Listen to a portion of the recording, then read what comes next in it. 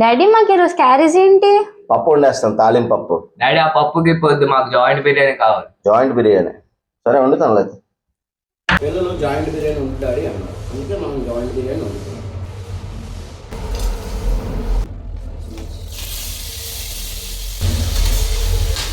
5 joints, half family.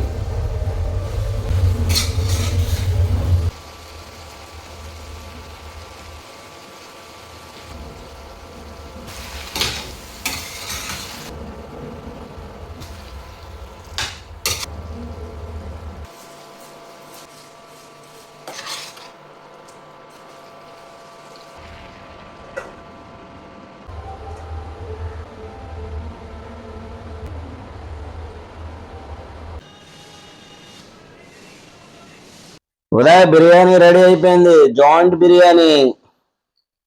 అది joint. వీడు ఏం చేసాడో తెలుసా?